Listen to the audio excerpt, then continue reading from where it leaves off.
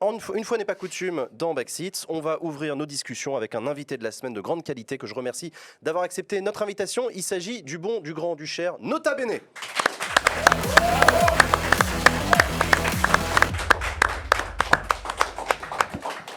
Mes chers camarades, bien le bonsoir. Salut Ben, comment tu vas? Ça va, super content d'être là. Super content de t'accueillir, merci d'avoir accepté notre invitation. Ça roule Oui, un peu anxieux de voir ce qui peut sortir malgré moi dans l'heure qui vient. Mais Eh ben, tu vois, regarde, on en parlait tout à l'heure, je parlais des invités, etc. Et c'est vrai que ça m'est arrivé d'avoir du mal à faire venir des invités. C'est pas ton cas. Toi, dès que je t'ai proposé, tu m'as dit, oh, bah ouais, ça me ferait plaisir et tout. Ah bah oui. Mais il y a un peu d'anxiété quand même. Oh, mais j'ai toujours peur de dire une connerie, moi. Toujours peur de dire une connerie. C'est pas grave, je l'assumerai. Ouais. Bon, Nota Bene, pour celles et ceux qui auraient le malheur de ne pas te connaître, tu es vidéaste sur YouTube et ça fait plusieurs années maintenant que tu nous parles d'histoire, que tu nous transmets ta passion pour l'histoire. C'est un sujet qui te passionne depuis assez longtemps. Depuis que j'ai lancé la chaîne, en vrai, ça a été assez tardif pour moi l'histoire. Ouais, Ouais, quand j'étais gamin, j'étais pas un fanat d'histoire non plus, quoi. Mais si tu veux, après un bac électronique, j'ai pris la voie naturelle du truc, donc j'ai été en fac d'histoire. Tu vois, tout à fait logique. C'est logique, ouais, jusque-là, je l'ai. Histoire d'ouvrir un petit peu mes horizons. Et puis bon, après j'ai bifurqué parce que les rencontres de la vie font que je suis allé dans l'audiovisuel. Mais j'ai conservé en fait un peu un intérêt pour l'histoire de ce court passage à la fac. Et j'ai eu envie en fait de me remettre dedans quand je me suis dit tiens, je vais me lancer sur YouTube, qu'est-ce que je pourrais faire? Tiens, j'aime bien l'histoire, je regarde un truc, est-ce qu'il y a quelque chose d'histoire? Il n'y a pas, bah je vais le faire. Voilà. Et pour moi c'était vraiment l'occasion de me remettre dans le bain, tu vois, d'apprendre des trucs, de le partager avec les gens sans prise de tête. Puis voilà, de tester la présentation, l'écriture, des trucs que j'avais jamais fait, quoi. Bon, tu sais qu'ici tu es sur Backseat, c'est une émission qui parle de politique. Oui. C'est quoi toi ton rapport perso à la politique? Est-ce que c'est un truc qui t'intéresse? Ou pas? Oui, c'est un truc qui m'intéresse. Je crois que c'est un truc aussi qui, depuis quelques années, me crispe un peu trop, quoi. Tu vois, j'ai des réactions hyper épidermiques, quoi. Ouais, okay. C'est dur des fois, c'est dur à contrôler, quoi. Et en fait, j'ai l'impression que. Et ça génère quoi? Ça génère un dégoût ou pas? Ouais, souvent, ouais. Okay. Ouais. Souvent, il y a des. En fait, j'ai du mal, mais je pense comme beaucoup de gens, à faire des compromis, quoi. C'est-à-dire que, tu vois, je me suis toujours dit que pour qu'un parti fonctionne, ou ça, que tu as des élections qui se passent bien et tout, ce qui fait ce qui rassemble aussi, c'est la capacité à faire des compromis. C'est-à-dire que tu ne peux pas être d'accord à 100% avec un candidat. Tu vois, tu te dis, bon, je ne suis pas d'accord avec ça, mais c'est pas grave sur le fond. Ça, c'est tellement important, je vais aller le défendre et puis je vais voter pour lui, quoi. Et j'ai l'impression que parmi la population, et je m'inclus dedans, de plus en plus, j'ai du mal au compromis, quoi. C'est-à-dire que, tu vois, je suis d'accord avec une partie du programme. Et puis il y a des trucs où je me dis non, ça c'est pas possible, quoi. Et si on le fait, on va droit dans le mur. Et est-ce que les deux sont conciliables, tu vois? Ouais. Et j'ai beaucoup de mal en fait à jongler avec ça, quoi. Ouais, je suis peut-être plus exigeant, ouais. T'es au risque du coup d'être plus cloisonné, du coup de moins facilement faire des compromis avec. Ou perdu. Parce que je trouve pas de représentation en fait. Mais toi qui es féru d'histoire, est-ce que c'est nouveau? Est-ce que c'est le signe d'une époque? Ou est-ce qu'il y a déjà eu des moments dans l'histoire de France où on peut parler de ce type de difficulté? Moi je suis pas expert en histoire de France, tu vois. Je suis pas. Et je pense que ce soir je vais pas parler d'histoire en tant que telle, tu vois, parce que je suis pas historien et je vais te raconter des conneries. Moi je suis là pour.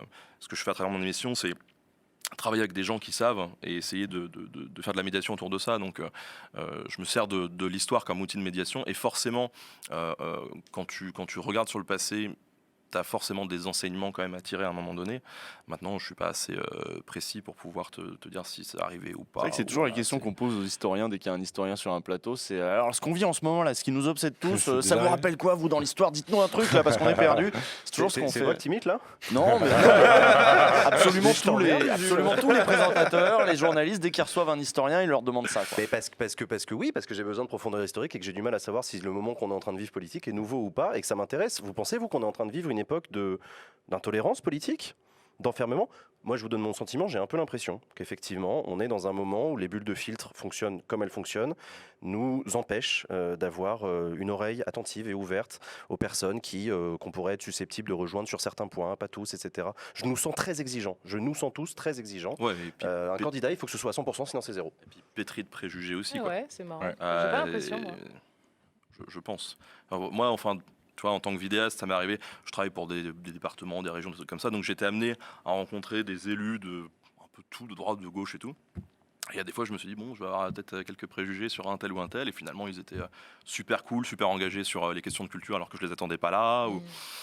Voilà, enfin, typiquement, c'était il y a quelques années, j'avais été j'ai été une ou deux fois à Bruxelles pour aller défendre des trucs autour des vidéastes. Alors il y avait une fois, c'était pour le rapport REDA, l'harmonisation du droit d'auteur sur le territoire européen, donc on avait été là-bas et c'était plutôt cool. Une deuxième fois, il y avait une initiative d'un député, un eurodéputé, je ne sais plus c'était quel pays d'ailleurs, roumain je crois, et qui s'était dit il se passe un truc sur YouTube, là il y a un essor et tout, il faut qu'on le prenne en compte, et donc il proposait à chaque pays de faire une délégation et de représenter en fait son pays. Donc tu avais 2-3 vidéastes par pays et d'avoir un eurodéputé par pays qui se portait porteur du projet, quoi, et de réunir tout le monde et de parler en fait des implications que tout ça allait avoir. Donc c'était plutôt cool. Et donc tu as fait ça, du coup. J'ai fait ça. Enfin, Intéressant. le seul truc c'est que en interne, le seul pays vraiment où on a eu des problèmes, c'était la France. De toute façon, parce que je sais plus, il y avait une eurodéputée qui avait torpillé à moitié le projet, donc on n'avait pas trop de représentation. Et en fait, ceux qui sont venus à notre secours, je m'y attendais pas du tout, tu vois, c'était une nana du MoDem, quoi.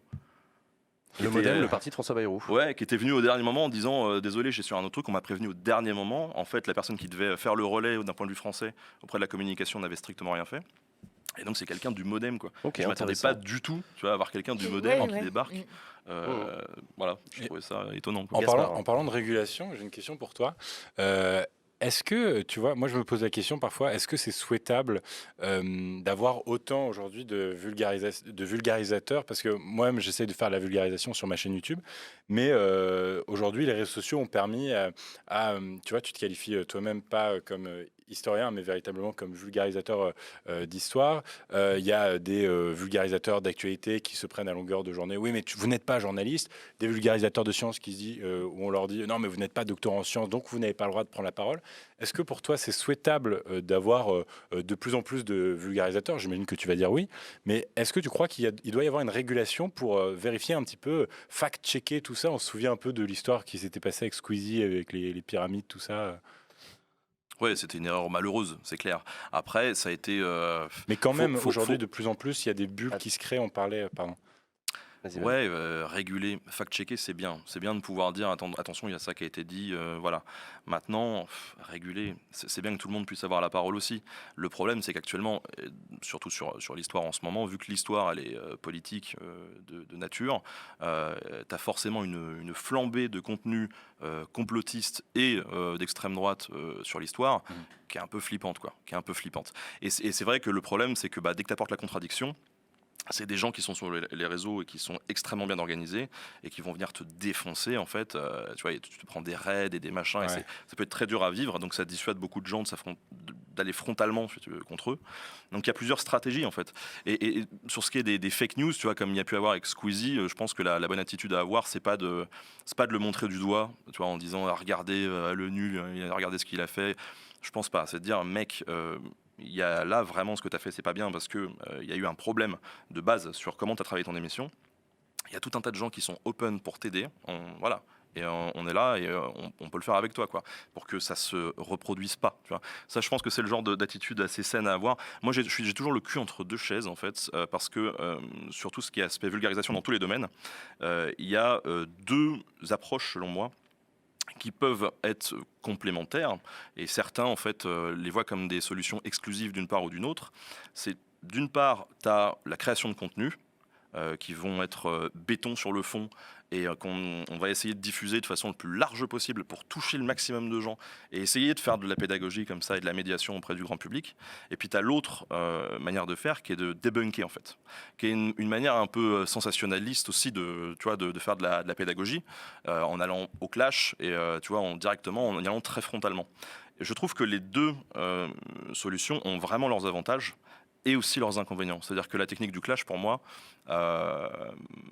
si tu supportes le camp d'en face, tu vas le vivre comme une agression profonde et en fait tu écouteras même pas en fait ce qui va être dit. Le fact-checking, tu vois, pour moi il va tomber un peu à l'eau, quoi. Et donc faut mixer les deux approches, c'est compliqué. Et moi-même parfois je sais pas trop me situer. Tu vois, il y a des trucs je me dis putain, ça faut qu'on le débunk, et en même temps, si j'y vais, est-ce que ça va pas faire le jeu du truc? Est-ce que tu vois, t'as tout un tas de questionnements qui viennent derrière, quoi. Donc moi, c'est vrai que mon positionnement, ça a été plutôt de me dire je produis comme un porc de manière industrielle et j'essaye d'irriguer un peu partout. Et puis, tu l'as dit toi-même, l'histoire est politique, mais les politiques se font aussi historiens parfois. Tu suis comme moi, cette élection présidentielle, il se trouve que voilà, on a Jean-Luc Mélenchon, par exemple, passionné d'histoire depuis très longtemps, qui monopolise beaucoup l'histoire dans son récit politique. Il a annoncé d'ailleurs une grande marche à la mémoire de la Commune de Paris, assez intéressant comme moment. Éric Zemmour, dont on pense que l'on veut, mais il manipule l'histoire dans son récit. Il a même allé jusqu'à réhabiliter le régime collaborationniste de Vichy. Emmanuel Macron, qui avec le rapport Stora et la mémoire de la colonisation avec l'Algérie. Moi, je me mets à ta place, je me dis, putain, mais tu dois suivre l'actualité avec délectation, toi, de voir les politiques comme ça, ou est-ce qu'à l'inverse, tu dis, parfois, il ferait mieux de fermer leur gueule? Comment tu vois les choses? Moi, je suis souvent en mode, il ferait mieux de fermer leur gueule. Quand même. Ah ouais? Ouais. Bah ouais, parce que c'est agaçant de voir ces événements-là souvent piétinés, quoi. Tu vois, souvent piétinés et instrumentalisés pour aller dans un sens, quoi. Et en fait, tout est instrumentalisable. Donc c'est ça aussi qui est intéressant. C'est pour ça aussi que je fais autant de pédagogie sur Nota Bene, si tu peux en revenir un peu à l'émission. Ouais. Moi, ce que je dis souvent, c'est que l'important, il y a plus de 350 vidéos maintenant sur Nota Bene, l'important, c'est pas que les gens retiennent telle date ou tel truc, ou même qui retiennent entièrement un épisode. S'ils ont passé un bon moment, c'est cool, moi je suis content s'ils l'ont oublié 3 mois plus tard.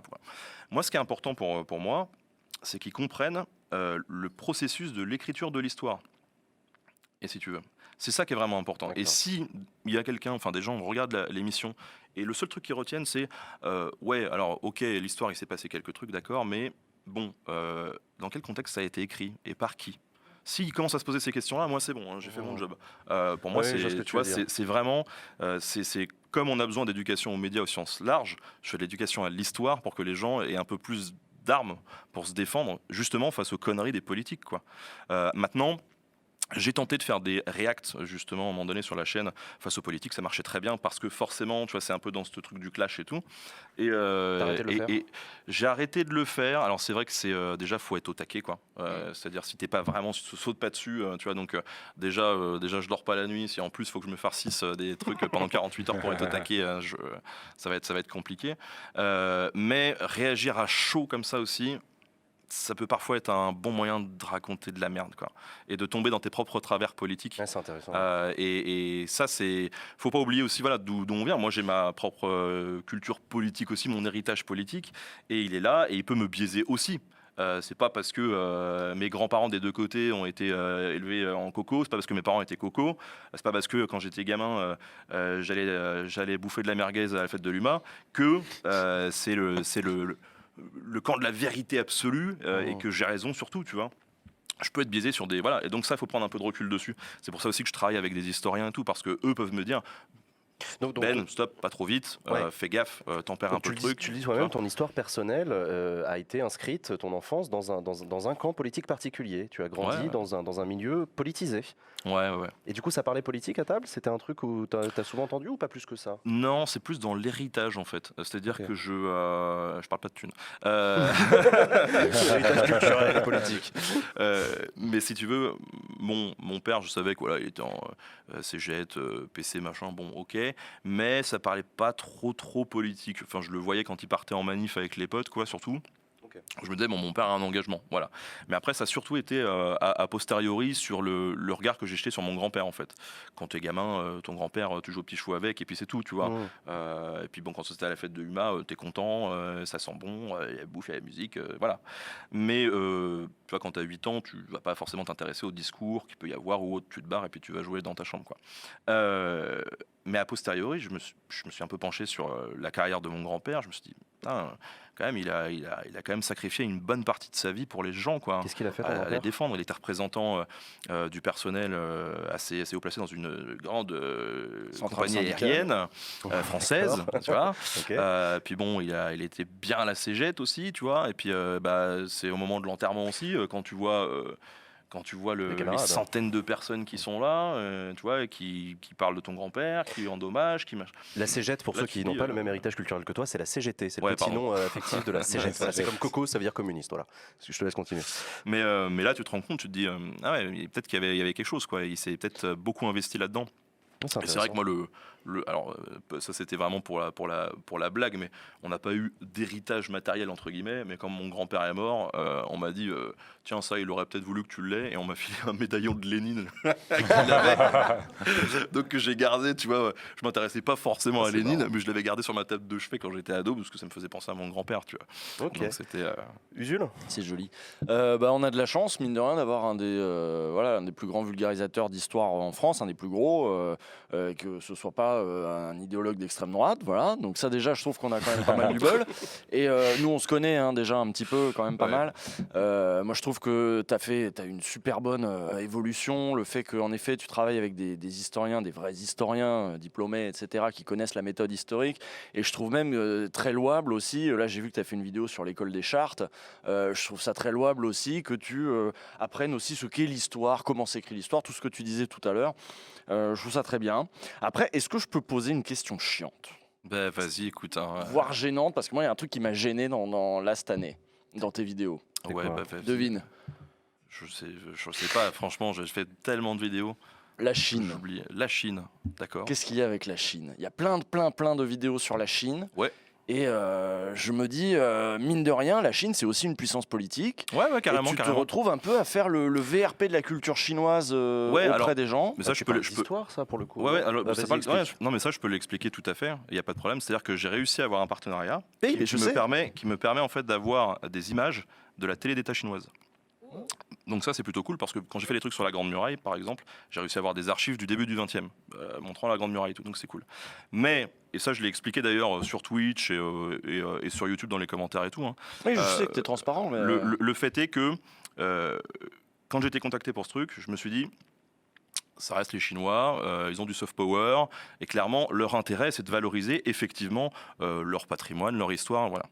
Moi, ça me dérange pas de travailler avec des pays dans le sens où chaque pays a une histoire qui est super intéressante et tout. Maintenant, il faut faire super gaffe parce que la Chine, comme d'autres pays, ils ont une politique quand ils travaillent avec, je pense, à l'extérieur, où ils essayent de manipuler leur histoire pour propager leur roman national. Et donc, vu que j'ai senti le truc, moi, tout simplement, j'ai fait, ça m'intéresse de parler de l'histoire de la Chine, pas de problème. Mais par contre, j'ai fait un contrat ultra béton. Et je leur ai dit, si vous m'imposez quoi que ce soit, le contrat est rompu, on arrête de travailler. J'exige de travailler moi-même avec mes propres experts que j'aurais choisis. Et donc, c'est des gens qui sont des archéologues français qui ont bossé notamment en Chine à un moment donné. Oui, mais eux-mêmes, on sait très bien, aujourd'hui, la Chine fait une OPA, y compris sur les facs françaises, etc., avec des laboratoires dans lesquels il y a du pognon. C'est des gens qui dans sont... lesquels, justement, des chercheurs français mais qui vont aller faire des n'importe- fouilles en Chine Oui. sont très dépendants du fait qu'on les laisse y retourner. Alors, Et donc, ils parles des évitent instituts certains Confucius, sujets. justement, Mais oui, les Justement, Oui, mais attends, mais la France justement, fait ça on en a pareil, parlé. euh. C'est-à-dire que Vas-y. ça c'était hyper intéressant parce que moi je voulais pas que ça puisse influencer là-dessus, tu vois. Et j'ai vraiment fait hyper attention à ne pas avoir des gens qui soient biaisés là-dessus. Donc Ils le sont forcément un peu. non, j'ai invité Arnaud Bertrand par exemple, qui est archéologue spécialisé sur l'Iran, sur Twitch. On en a parlé. Et on a parlé de ces questions-là. Et on a abordé justement la difficulté des chercheurs, justement, en Chine, et les questions, effectivement, de est-ce qu'il faut critiquer ou pas le gouvernement chinois. On en a parlé. J'ai invité Emmanuel Linco aussi, qui lui a été dans les relations diplomatiques, les trucs et tout. Donc, il connaît très très bien le truc. Et d'ailleurs, sur si tu regardes l'épisode du Palais d'été, en fait, on défonce les Français, les Anglais, les Chinois. On les défonce tous. Et on n'épargne personne, tu vois. Et du coup, Et- c'est pas la Chine communiste, ça. Mais non, justement. Mais oui. si tu veux, Que si tu tu veux, défonces. non, mais enfin, je veux dire, là, le truc, c'est que, si, parce que la Chine communiste, ils ont instrumentalisé le sac du Palais d'été, parce que pour eux, ils en font le grand événement traumatique de leur histoire, Oui, en disant l'outrage, absolu. les Occidentaux, voilà ce qu'ils nous ont fait. Et d'ailleurs, j'en parlais d'ailleurs, c'était ce midi avec quelqu'un qui me disait qu'il avait été en Chine pour des trucs, et il me disait, quand tu as des relations là-bas commerciales avec les Chinois à haut niveau, le premier truc qui te sort, c'est quand même le Palais d'été, ce que vous nous avez fait, voilà. Tu vois, c'est pour commencer un peu les trucs et dire, vous nous devez quelque chose quand même. Tu vois. Bon, et ça, typiquement, ça tombe dans, c'est vraiment le sujet chaud qui peut pousser leur vision du roman national chinois. On l'a pas fait. D'ailleurs, tu l'expliques Et bien dans on la l'a vidéo, expliqué dans la justement, vidéo, ouais. on l'a dit.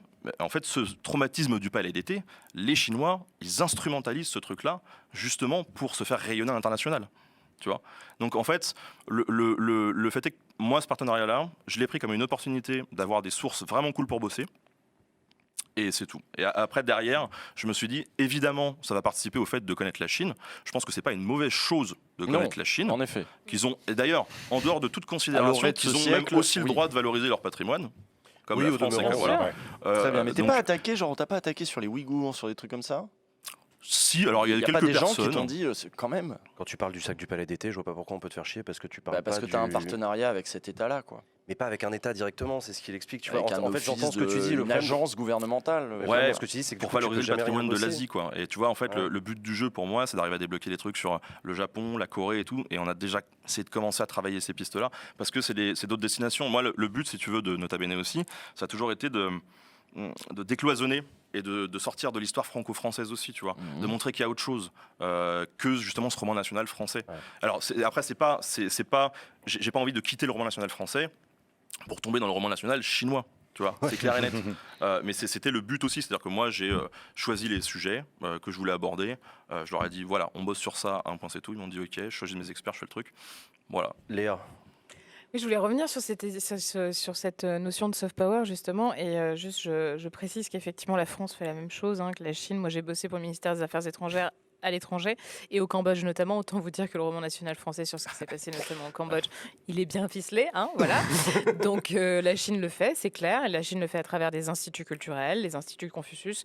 Les Allemands le font à travers le Goethe le Code Institute. Institute. Les Français le font à travers l'Institut culturel ou française. les alliances qui sont devenues instituts culturels désormais, Institut français. Enfin bref, donc il y en a beaucoup. Ce qui moi m'intéressait, c'est de comprendre un peu. Toi, tu as cette distance, peut-être, je suppose, avec tes viewers, tes followers, etc. Enfin, ta communauté, pardon, de savoir quel impact ça peut avoir sur les gens qui t'écoutent et qui regardent tes vidéos, en fait, ce soft power. Est-ce que tu penses vraiment que ça peut potentiellement leur faire changer d'idée par rapport à ce qu'ils entendent dans l'actualité, dans la presse au quotidien, le fait d'aller un peu plus loin et peut-être d'amener un récit différent à travers l'histoire, précisément? Est-ce que ça peut faire changer les choses, enfin, d'opinion, en fait? Déjà, le soft power, c'est hyper large. Ça passe vraiment par plein de trucs. Mais évidemment que le soft power fonctionne. Et ça, on avait fait une série sur Arte dans laquelle tu es intervenu, d'ailleurs, History Creed, donc sur histoire et jeux vidéo. Et on montrait un peu comment certains producteurs de jeux vidéo affiliés à leur pays faisaient passer leurs valeurs par le jeu vidéo, quoi. Tu vois, et donc c'est hyper intéressant de voir qu'en scred, ces trucs-là peuvent passer. Après, encore une fois, parler d'un pays, forcément, ça peut. Enfin, là, on parle de la Chine, donc forcément, les gens veulent s'intéresser à l'histoire de la Chine. Cool. Maintenant, je crois que la vision de la Chine qu'on a véhiculée dans notre série, c'est pas la vision en fait actuelle de ce qu'ils veulent promouvoir. Dans le sens où la vision qu'aujourd'hui ils veulent promouvoir, tu vois, c'est la vision du bloc, quoi. Le truc millénaire qui a toujours été là, l'administration, le truc efficace, qu'il faut suivre. On est une machine, on n'est pas un individu, on est une machine, on avance, on est tous ensemble. Le truc, c'est que dans vraiment toute la série qu'on a mis en place, on ne fait que rappeler tout le temps les ouvertures qu'il y a pu avoir avec les autres pays. Et le fait que la Chine, en tant que telle, s'est construite justement sur des oppositions de clans, de géographie, etc., qui sont très nombreuses. Et du coup, il y a eu vraiment des apports d'absolument partout. Et d'ailleurs, un apport majeur de la Chine, ça a été les steppes, les Mongols. Tu vois. Et ça, bon, ils essaient de le faire disparaître un petit peu. Voilà. Ça, on en parle tout le temps. Je crois dans pratiquement chaque épisode, on parle des Et donc, steppes. comment réagit ta communauté par rapport à ça, du coup? Bah, ils sont contents de. Oui, En fait, ils te remercient, ils sont contents voilà, d'en savoir davantage. Ils sont contents et- en fait de. Après, il y a toujours on va en parler aussi, mais ils sont contents d'avoir une vision où ils se disent c'est cool parce que j'avais pas cette vision-là du pays ou de l'histoire. C'est mon cas. Moi, je savais pas. Le tout premier épisode de Chine qu'on a fait, en fait, c'était les relations entre la Chine et l'Europe dans l'Antiquité. Avec comme point de focus, en fait, l'Asie centrale par lequel transitaient vraiment toutes les marchandises et tout. Et où on montre que l'Europe et la Chine étaient en contact, mais pas forcément direct, mais étaient en contact déjà à mort dans l'Antiquité, quoi. Il y avait beaucoup d'échanges. Et rien que ça casse, si tu veux, une vision que les gens ont. Et je pense que ça nous parle aussi à nous, en tant que Français, dans une époque où justement, tu vois, les gens ont tendance à vouloir se refermer un peu sur eux-mêmes et à dire oui, mais attendez, avant on partageait pas les trucs, c'était chacun dans son coin, machin, là. C'est faux. Il y a toujours eu de l'échange, il y a toujours eu du commerce, on a toujours cherché à savoir comment fonctionnaient les autres et voilà, et pour collaborer avec eux. Et je pense que c'est intéressant aussi. Et donc, c'est évident qu'à travers ma ligne éditoriale, alors même si parfois je peux être un peu plus frontal et les gens se disent bon ok c'est un gaucho, mais la ligne éditoriale en tant que telle de Nota Bene, elle est déjà politique comme toute ligne éditoriale. On te demande d'où tu parles justement. On te demande d'où tu parles. Tes viewers te demandent où est-ce que tu es positionné politiquement, par exemple. Quelle est ton histoire personnelle pour traiter l'histoire? Non, pas trop. Les gens, en général, t'as des gens qui me disent ouais, c'est un gaucho. Puis voilà. Il y a un constat qui est celui-là, mais il n'y a pas vraiment de questionnement sur le truc, quoi. Et c'est en partie assumé de ta part. Je t'ai déjà entendu dire dans des interviews qu'il y a effectivement plusieurs manières de parler de l'histoire et que toi, par exemple, l'histoire des froufrous, des paillettes et des grandes cours des rois de France, c'est sympa 5 minutes, mais ça t'intéresse davantage, l'histoire culturelle, économique, etc. C'est quoi, c'est une lecture de gauche de l'histoire ? Peut-être. Après, si tu veux, l'histoire des froufrous paillettes, ça peut être hyper intéressant. Il n'y a pas de problème. Et tu vois, d'ailleurs, cette année, on va faire de l'histoire de la mode sur Nota Bene. Tu vois, parce que, en fait, moi, ce que je veux montrer, surtout, c'est que l'histoire, elle est plurielle.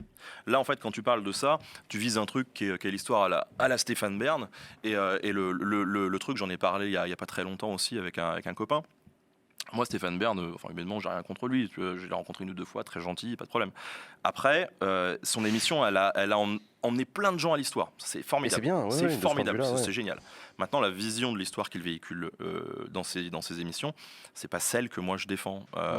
Je suis partisan d'une histoire beaucoup plus plurielle, comme je le dis souvent, une histoire politique, sociale, économique, industrielle, scientifique. Il y a quelqu'un dans le chat qui a demandé ce qu'on entendait par soft power. Je suis désolé, on aurait peut-être dû d'ailleurs définir ce terme-là. Effectivement, le soft power, c'est l'influence que peut avoir un pays, un État, un intérêt dans le domaine culturel. Dans un monde mondialisé plein d'échanges, il y a des influences militaires, il y a des influences économiques, mais il y a aussi ce qu'on appelle une influence culturelle, dont voilà, que vous pouvez voir autour de vous. L'Europe de l'Ouest, après la Seconde Guerre mondiale, a eu beaucoup d'influences américaines. Vous et moi, on a grandi avec le cinéma hollywoodien.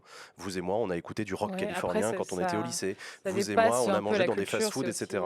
Les études, beaucoup. C'est aussi, voilà, ça passe par des étudiants, des échanges d'étudiants, etc. La France a un soft power aussi, un art de vivre à la française qu'on exporte partout dans le monde. Non, mais c'est vrai, on a un soft power français. Donc voilà, donc beaucoup de grandes puissances ou qui entendent l'être ont ce qu'on appelle un soft power. Et oui, d'ailleurs, vous avez tous partagé du Squid Game, etc.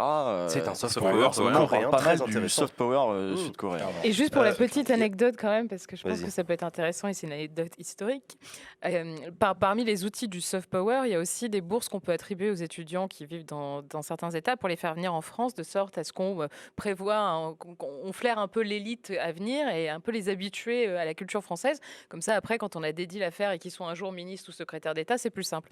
Il faut savoir quand même, la France avait attribué une bourse d'études à Pol Pot pour qu'il vienne étudier à la Sorbonne. Voilà, juste pour la petite histoire. Tu prends la liste des grands dirigeants du monde qui sont passés par Paris à un moment de leur vie dans leurs études, c'est passionnant. Et c'est assez ouf de voir à quel point ça peut fonctionner. Moi, je me souviens, au Cambodge, on avait des programmes de bourse justement pour les étudiants en médecine et en pharma, afin que l'industrie française puisse vendre ses produits après dans les hôpitaux. Et ça fonctionnait bête de bien, parce qu'en fait, les premières exportations de la France au Cambodge, c'est les médicaments. Et après, c'est toujours compliqué de se protéger aussi contre ça, parce que c'est très pernicieux, etc. Et je voudrais quand même rebondir sur ce que dit Visual, parce que c'est vrai que c'est important d'en avoir conscience qu'il y a un danger réel, parce qu'en plus, on n'a pas tous les mêmes armes pour se défendre contre ce genre de trucs. Et moi, ça ne me met pas à l'abri non plus. Je tiens à le dire.